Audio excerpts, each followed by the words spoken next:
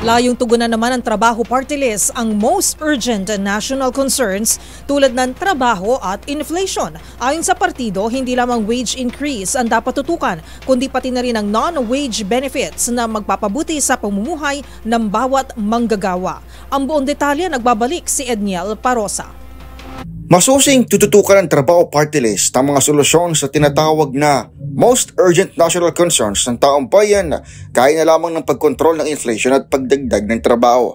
Lumitaw sa dalawang survey na isa sa top choices ng taong bayan ng Trabaho Party List, kung saan itinuring din ng mga respondent ang mga issue ng trabaho at inflation bilang pangunahing isyong dapat tugunan.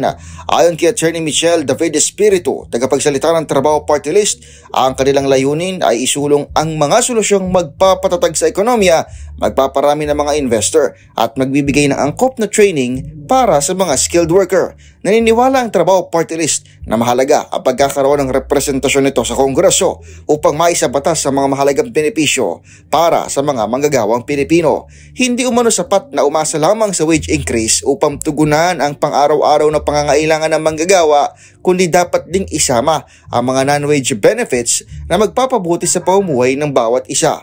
Batay sa isang survey na isinagawa mula June 23 hanggang July 1, kabilang ang Trabaho Party List sa mahigit 20 party list groups na napupusuan ng mga botante para sa darating na halalan.